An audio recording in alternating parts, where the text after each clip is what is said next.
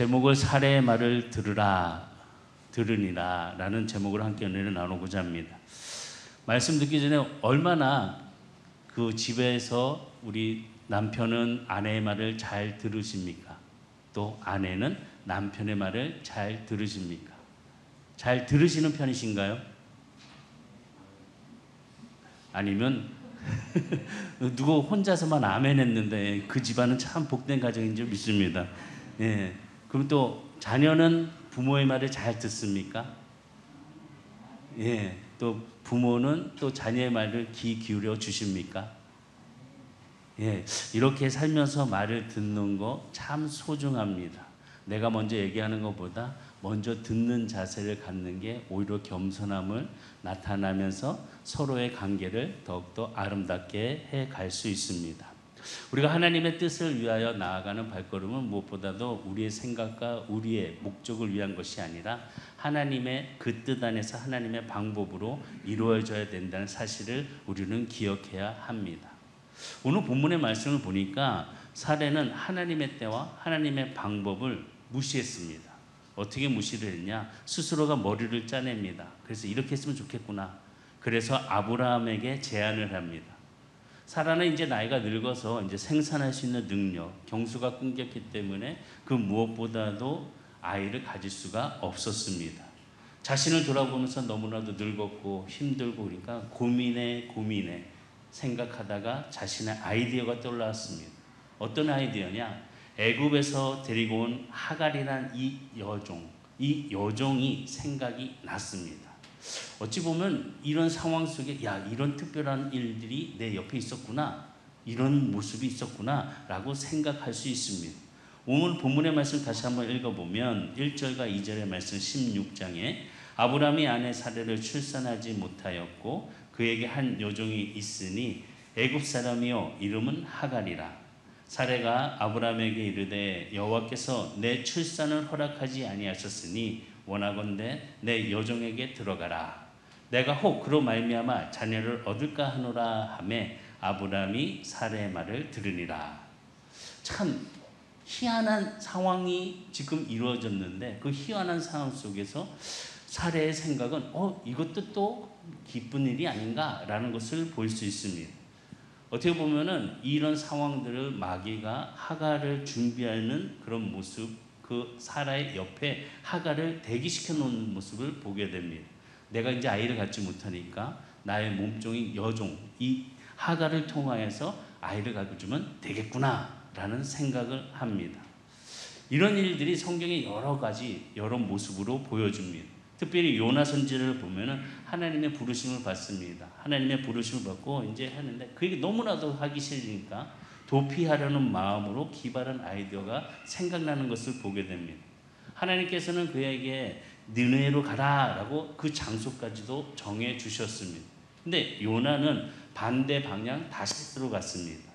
그리고 욥바로에서 가서 출발하려고 하는데 요나서 1장 3절을 보니까 그러나 요나가 여호와의 얼굴을 피하려고 일어나 다시스로 도망하려 하여 욥바로 내려갔더니 마침 다시스로 가는 배를 만난지라.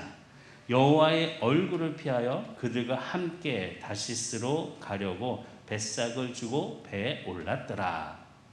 지금 요나는 하나님의 말씀, 그 명령에 따라서 무엇보다도 그 지켜야 되는 느네로 가서 복음을 증거해야 합니다. 근데 그것을 가고 싶지 않았습니다. 피하고 싶었습니다. 그래서 요나는 반대 방향인 다시스로 가기 위해서 지금 욥바에 들렸는데 때마침 뭐라고 말씀 기록됐냐? 마침 다시스로 가는 배를 만난지라. 마침 갔더니 거기에 다시스로 가는 배를 만났다는 것입니다. 어떻게 보면 자기를 위해서 기다려져 있는 배의 모습을 보게 된다는 것입니다. 하나님의 뜻을 가지고 가는 요나의 모습에 어떻게 보면 피하려고 역행하려는 그런 모습을 갖는 자에게 마귀는 미리 다 편리하게 배 한 척을 준비해 놓았다는 것입니다. 이 상을 보니까 지금 사라에게도 같은 경우가 아닌가라는 생각을 합니다. 아이를 갖지 못하는데 그 아이를 가질 수 있는 자기의 몸종 하갈이 곁에 있었다는 것입니다. 그러니까 마침 대기 중인 이 여인을 통하여서 그 하갈이 그래, 내 남편을 통하여서 자식을 얻을 수 있겠구나라고 생각을 합니다. 근데 하갈은 어떤 여인이었냐? 애굽 여인이었습니다.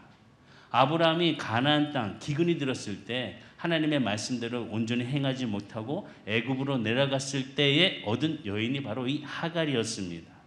어떻게 보면 아브라함이 불순종으로 인하여 내려갔던 그 애굽에서 육신의 열매인 하갈을 얻었다는 것입니다. 우리가 보듯이 씨앗은 항상 열매를 맺습니다. 심게 되면은 잘 자라고 꽃이 피고 또한 그의 열매를 맺게 됩니다. 아브라함의 이 육적인 씨앗이 바로 이 하갈을 통해서 어떤 열매를 맺는지 우리에게 말씀해 주시는데, 좋은 열매일까 나쁜 열매일까? 그것은 바로 나쁜 열매를 맺는 모습을 보여줍니다. 좋은 씨앗이었다면 좋은 열매를 맺겠지만은 좋지 않은 나쁜 씨앗이었기 때문에 나쁜 열매를 맺는 것입니다. 우리는 여러 길 가운데 쉬운 길을 선택하기 좋아합니다. 편하게 가고 싶고, 늘 우리가 그렇잖아요. 고통보다는 편한 게 좋잖아요. 그리고 앉아서 모든 걸 다 누려갈 수 있는 것. 정로보다는 지름길을 원하는 것이 우리 마음속에 있습니다. 그런데 인생에 있어서 지름길은 없습니다. 인생을 가다 보면은 이 정로로 갈 때에 그 길을 통해서 거쳐야 될 과정들이 여러 가지가 있습니다. 사람을 통하여서, 환경을 통하여서, 또 여러 가지 조건들을 통하여서 우리가 거쳐야지만이 그 인생의 길에 온전함에 나아갈 수 있는 모습을 가질 수 있다는 것입니다. 사라의 제안 앞에서 지금 믿음의 사람 아브라함이 어떤 모습을 보여줬냐? 아내의 말을 너무 잘 들었습니다. 그 제안을 들으니까 그래, 그럴 수 있겠구나 라고 인간적인 생각을 하게 된 것을 보게 됩니다. 근데 성경에는 안 나왔지만 그래도 믿음의 사람 아브라함이었는데, 하나님께서 너에게 분명히 씨를 주실 거다, 하나님과 만남과 그 경험 속에서 하나님은 어떤 약속을 자기에게 주셨는지를 그는 분명히 보았을 것입니다. 하늘을 바라보면서 별들을 보았을 때, 또 룻이 떠났을 때 그 먼지들이 막 휘날리고 있었을 때 하나님 분명히 아브라함에게 너의 자손이 이와 같을 것이다 라고 약속을 해 주셨습니다.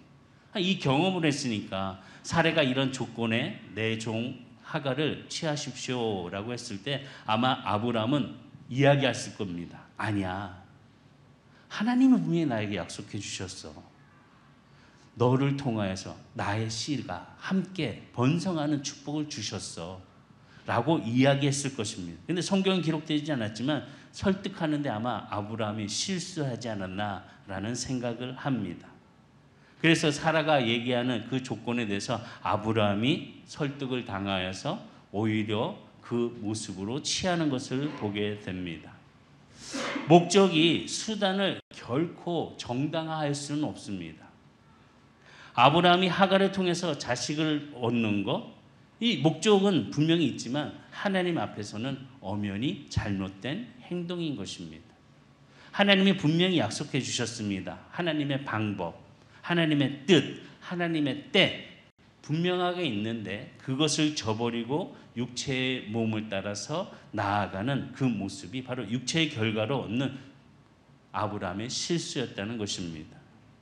인간적인 방법을 다 동원하고 또 그것을 통해서 성취하고 성공했다 했지만 결코 그 결과는 늘 좋을 수는 없습니다. 아프고 불행의 씨앗이 그 안에 숨겨져 있다는 사실을 우리는 기억해야 하는 것입니다. 물론 하나님께서 아브라함을 용서해 주시고 또 사례를 용서해 주시고, 어떻게 보면 성경을 보면 심지어서 하갈을 불쌍히 여겨서 그 아들 이스마엘에게 복을 내려주시는 것도 볼 수 있습니다. 그런데 하나님께서 이 모든 것을 용서해 주셨다고 해서 그 사실로 그 행위가, 그 행동이 정당화될 수는 없다는 것입니다. 하나님이 용서하셨음에도 불구하고 그 씨에 대한 뿌리에 대한 결과, 그 열매는 우리가 거둬야 된다는 사실을 기억해야 한다는 것입니다. 얼마나 많은 고통을 당합니까? 얼마나 많이 어려움 속에 그 길에 멈춰서고 눈물로 흐르면서 무릎을 꿇습니까? 갈라디아서 6장 7절과 8절에 보면 7절 스스로 속이지 말라. 하나님은 업신여김을 받지 아니하시나니 사람이 무엇으로 심든지 그대로 거두리라. 자기의 육체를 위하여 심는 자는 육체로부터 썩어질 것을 거두고 성령을 위하여 심는 자는 성령으로부터 영생을 거두리라. 하나님 말씀 안에 좋은 씨앗을 통하여서 좋은 열매를 맺게 되지만 썩은 씨앗을 심게 되면 썩은 열매를 맺게 된다는 것입니다. 오늘 우리의 삶 속에서 하나님께서 늘 말씀해 주시고 동행해 주실 때 우리가 나의 뜻에 내 고집의 육신의 방향으로 나아가는 우리 성도들이 아니라 하나님이 원하시는 영적 그 은혜의 길을 따라서 나아갈 수 있는 우리 성도들이 되시기를 주의로 축복합니다. 그럼 영적 길을 어떻게 찾아갈 수 있나요? 기도하시기 바랍니다.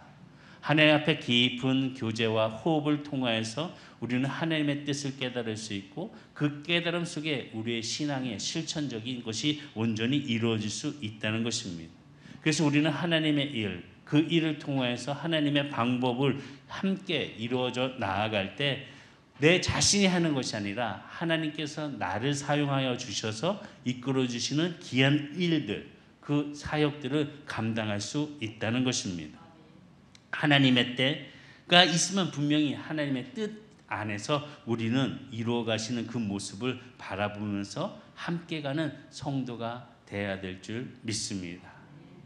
내 육신의 모든 것 이제 십자가 앞에 잠시 내려놓고 하나님 앞에 나오는 마음의 문을 열고 그 문을 통해서 주의 은혜가 주의 크신 사랑의 그 기쁨을 가득 채워가면서 온전한 발걸음으로 2024년도를 출발하는 우리 성도들이 다 되시기를 주의로 축복합니다.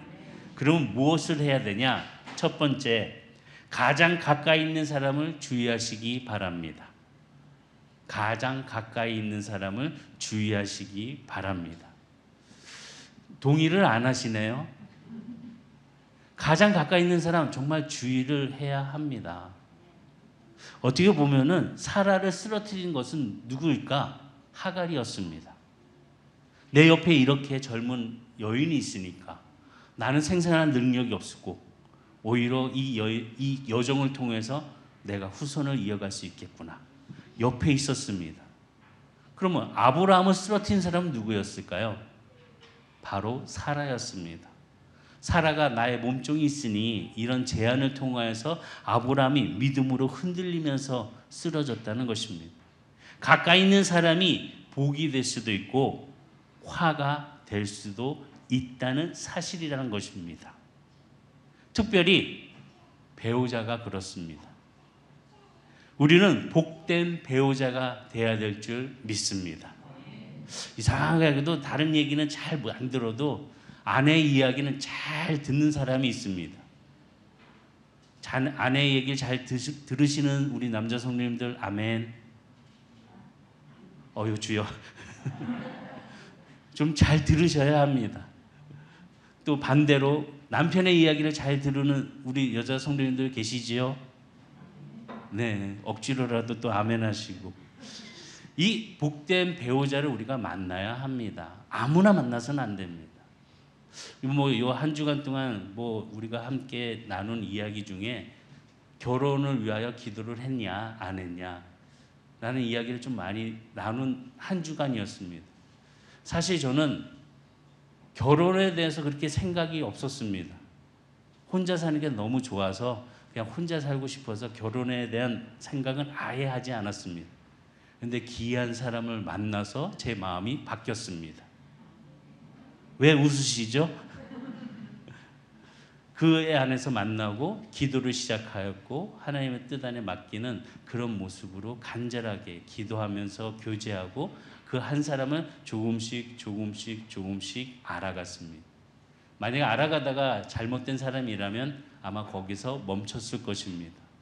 그러나 만남을 통해서 하나님의 은혜를 깨닫게 해주셨고 또 나의 생각과 나의 가는 방향을 다시 한번 잡아 주었습니다.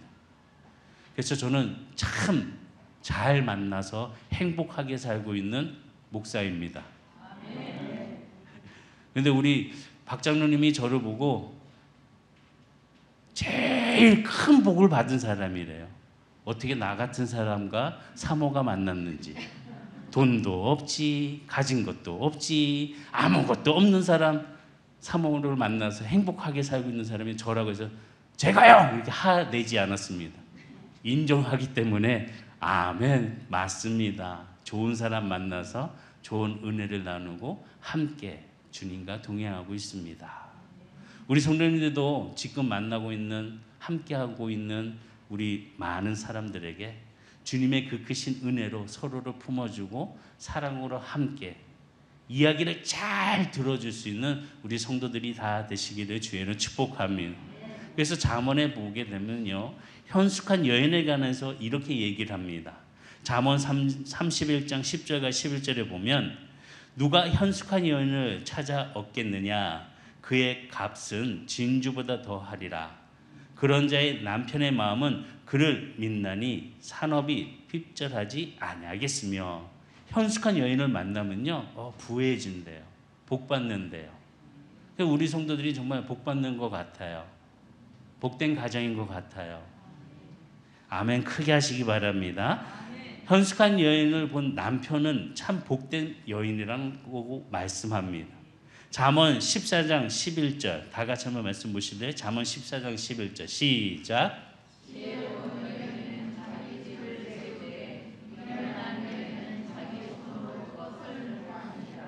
지혜로운 여인은 자기 집을 세운대요.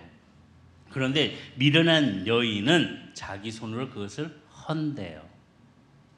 여자뿐만이 아니라 남자도 지혜롭고 또 바르게 주 안에서의 그 생각과 중심이 온전하게 이루어지는 축복의 복된 가정이 다 되기를 주의로 축복합니다. 반면에 현숙하지 못한 여인을 만났을 때 남편의 실패를 갈고 그 몰아가는 그 상황이 고독이라고 얘기하는데, 잠언 21장 19절에 보면 다투며 속내는 여인과 함께 사는 것보다 광야에서 사는 것이 나으니라. 이 말씀을 보면서 왜 이렇게 많은 사람들이 밖에서 배회하고 돌아다니는지 이해가 됐습니다. 우리 남자 성도님들은 그렇게 밖에 배회하고 돌아다니지 않으시지요? 대답을 없는 거 보니 참, 결혼을 앞둔 우리 모든 사람들, 또 자녀들, 성경에 나온 충고에 귀 기울이면서 현숙한 여인, 또 현숙한 남편을 만나는 우리 성도들이 되시기를 주의로 축복합니다. 소크라테스가 이런 얘기했는데요, 걱정 말고 결혼하라 라고 합니다. 보니까 만일 좋은 아내를 만나면 행복해질 것이고 나쁜 아내를 만나면 그는 철학자가 된다라고 이야기를 했습니다. 그런 것 같습니다. 우리 남자 성도님들과 얘기를 많이 하다 보면 철학적으로 얘기하시는 분들이 가끔 있습니다. 누군지는 얘기는 안 하겠고, 철학자가 될 것이 아니라면 하나님의 뜻 안에서 행복한 인생을 살아갈 수 있는 우리 성도들, 특별히 우리 후손들에게 배우자를 신중하게 찾고 기도하고 선택할 수 있는 우리 성도들이 되시기를 주의를 축복합니다. 그렇다고 해서 오늘 본문에 나온 사라가 사악한 여인이 아니었다는 것입니다. 사라는 믿음이 부족했습니다. 아브라함을 하가가 동침하는 그 당시 사회적 풍습으로, 습관으로 인해서 그거는 조금 용납이 되는 일이었습니다. 그러나 하나님 입장에서는 하나님의 방법이 아니었다는 것입니다. 아브라함은 사라의 그 압력에 꼼짝하지 못해서 안 돼! 할 수 없어! 라고 이야기해야 되지만 그렇게 하지 못했습니다. 거절해야 되는데 거절을 못했다는 것입니다. 데니스 레이 목사님이 이런 얘기했습니다. 영어에서 가장 짧은 단어 중에 한 단어가 그렇게 어렵다고 합니다. 그 한 단어가 뭘까? no라는 단어랍니다. 특별히 이 no라는 단어는 가장 발음하기 힘들다라고 하는데, 그 중에 하나가 바로 사랑하는 사람에게 no라는 말을 못한다고 이야기를 합니다. no, 안 돼, 안 돼 라는 말을 가장 어렵게 여긴다는 것입니다. 어떻게 보면 아브라함이 이 사라의 그런 제안을 들었을 때 안 돼! 노라고 얘기해야 되지만 그렇게 하지 못했다는 것은 가장 어려운 답이었다는 것입니다. 우리가 어떻게 하면 안 된다고 할 수 있을까? 바로 우리는 말씀을 통하여서 또 주님과의 호흡을 통하여서 우리의 삶 속에서 귀한 안목을 가지고 그 결과를 생각하며 대답할 수 있는 은혜를 가져야 합니다. 쉽지 않습니다. 그러나 훈련을 통하여서 우리의 삶 속에 아니요 라고 대답할 수 있는 그런 단호함도 있어야 될 줄 믿습니다. 욕망이 극심한 그 압력하에서 그 미래적인 그런 합리적으로 내다볼 능력이 우리에게는 희미해지고 사라질 때가 많이 있습니다. 자꾸 눈앞에 큰 것들이 보이니까 그 너머의 것들을 바라보지 못하고 마음이 흔들린다는 것입니다. 아브라함과 사라가 그 결정적인 그 일에 있어서 그 결정하는 일에 있어서 조금 더 깊이 생각을 했다면 그런 결과를 초래하지 않았을 것입니다. 무엇보다도 우리 하나님의 자녀는 아브라함을 통해서 사라를 통해서 우리가 배워야 되는 것은 환경이 아니라 하나님을 바라보는 인내가 있어야 될 줄 믿습니다. 하나님을 바라보는 인내. 어떻게 보면 환경을 바라보면 조급해집니다. 빨리 뭔가 이루어져야 되겠고 그러다 보니까 인간적인 방법을 취하게 됩니다. 그러나 우리는 눈을 들어 전능하신 하나님을 바라보며 하나님 앞에 그 크신 은혜의 마음을 열어 그 전능하신 하나님께서 그 문제와 그 은혜의 그 답을 우리를 통하여 이루어 주실 때에 우리는 그 귀한 음성을 듣고 바른 길에 바른 판단을 할 수 있다는 사실을 기억하기를 바라겠습니다. 하나님을 바라보면 다른 것이 아닌 하나님 앞에 음성을 듣는 것입니다.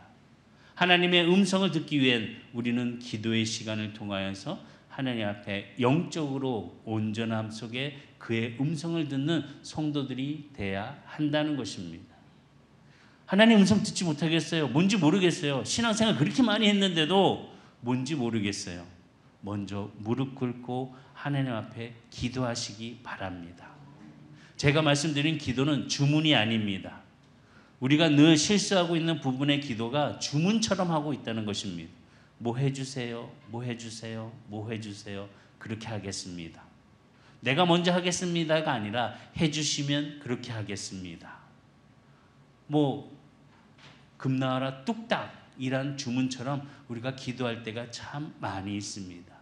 기도는 먼저 내가 회개하고 하나님 앞에 드려질 수 있는 그 마음의 잘못을 고백함을 통하여서 회개 안에서 새롭게 마음의 말씀을 듣고 마음의 그 은혜를 세워가는 기도가 돼야 될 줄 믿습니다.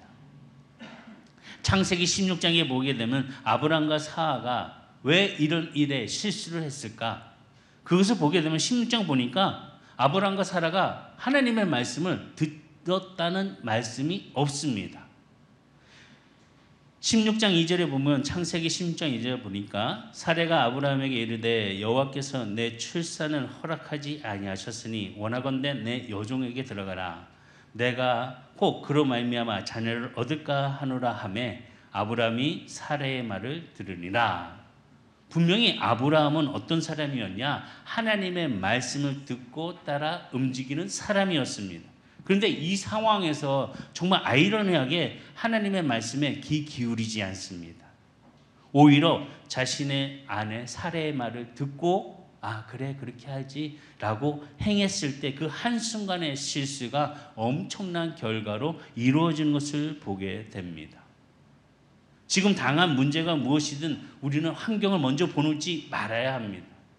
지금 당한 문제가 있다면 우리는 먼저 하나님께 몸을 향하고 우리의 시선을 하나님 앞에 맞춰야 합니다. 그리고 하나님의 인도하심을 구하고 우리는 그의 생각에 그 뜻을 찾아가며 그 문제를 풀어가야 합니다. 그런데 그렇게 하지 않습니다. 왜냐? 마음이 급하니까. 조급함 때문에.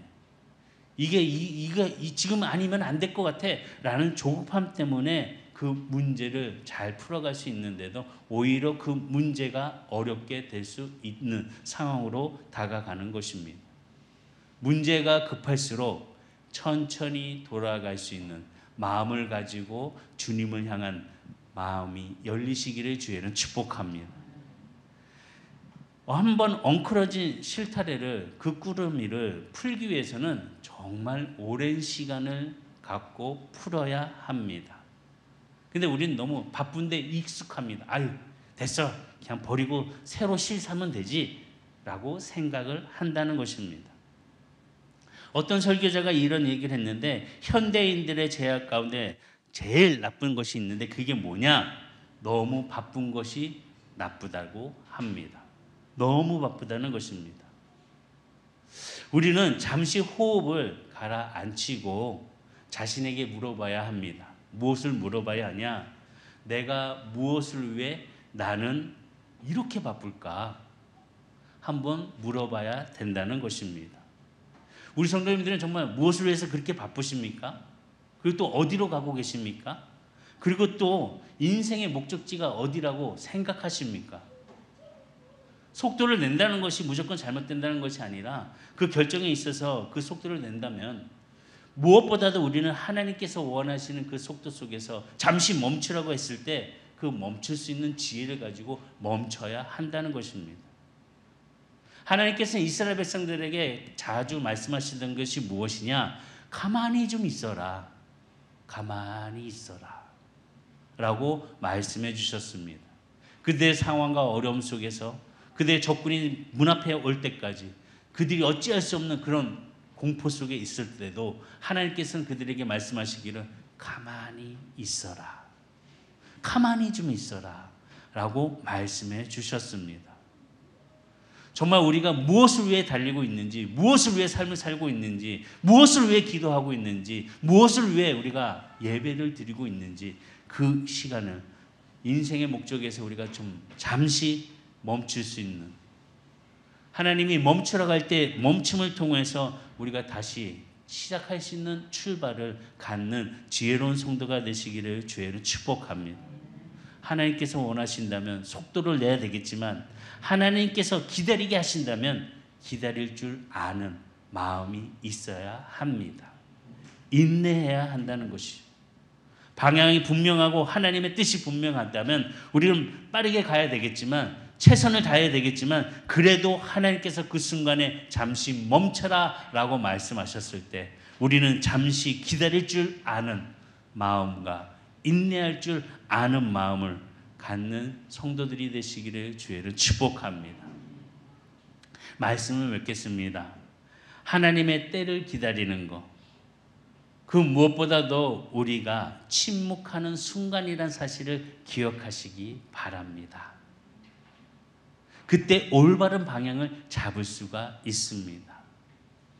우리가 서로 함께 막 얘기하다 보면 나는 나의 얘기, 상대방은 상대방의 얘기하다 보면 서로 무슨 얘기를 했는지 알아듣는 경우가 거의 없습니다.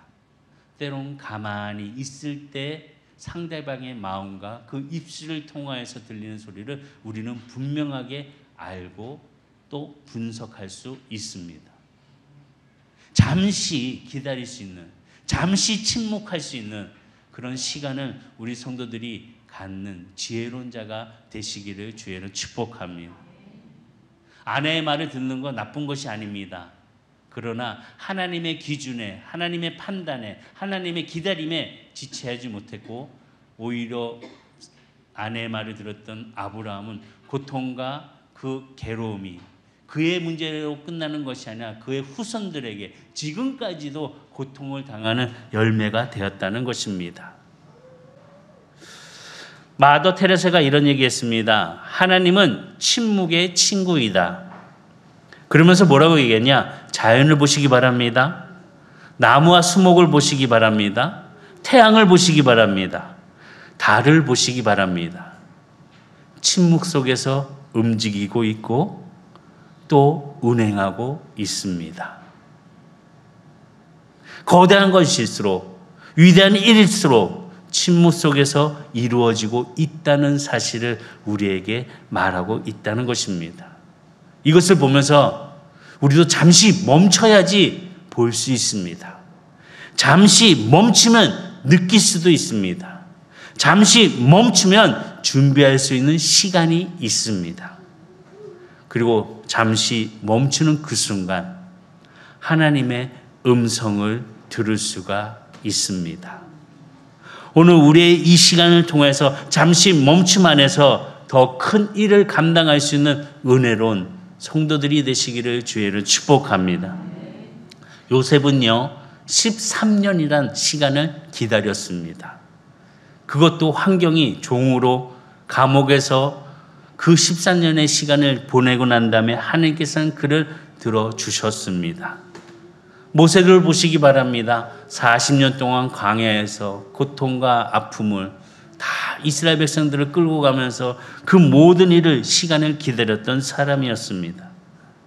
그 기간 동안 하나님께서 그 사람을 위대한 사람으로 만들기 위해서 그 고통과 그 침묵의 시간을 통하여서 만들어 하나님의 일을 이루어 주셨다는 것입니다. 오늘 우리의 삶 속에서도 우리가 가야 되는 것과 지금 달려가고 있는 그 시간들을 잠시 멈추고 하나님의 음성, 하나님의 그 호흡을 들음을 통해서 균형 있는 우리 성도들이 되시기를 주의로 축복합니다. 무엇보다도 삶에 있어서 유연한 자가 되시길 바랍니다. 그래서 언제든지 다시 속력을 낼 수 있고 또한 멈출 수 있는 그런 지혜로운 모습으로 우리가 함께 그리스도의 은혜를 구하며 나아가는 성도들이 되기를 주의로 축복합니다. 조급함으로 실수하지 마시기 바랍니다. 인내하면서 하나님의 뜻에 합당한 그리스도인들이 되기를 주의로 축복합니다. 기도하시겠습니다.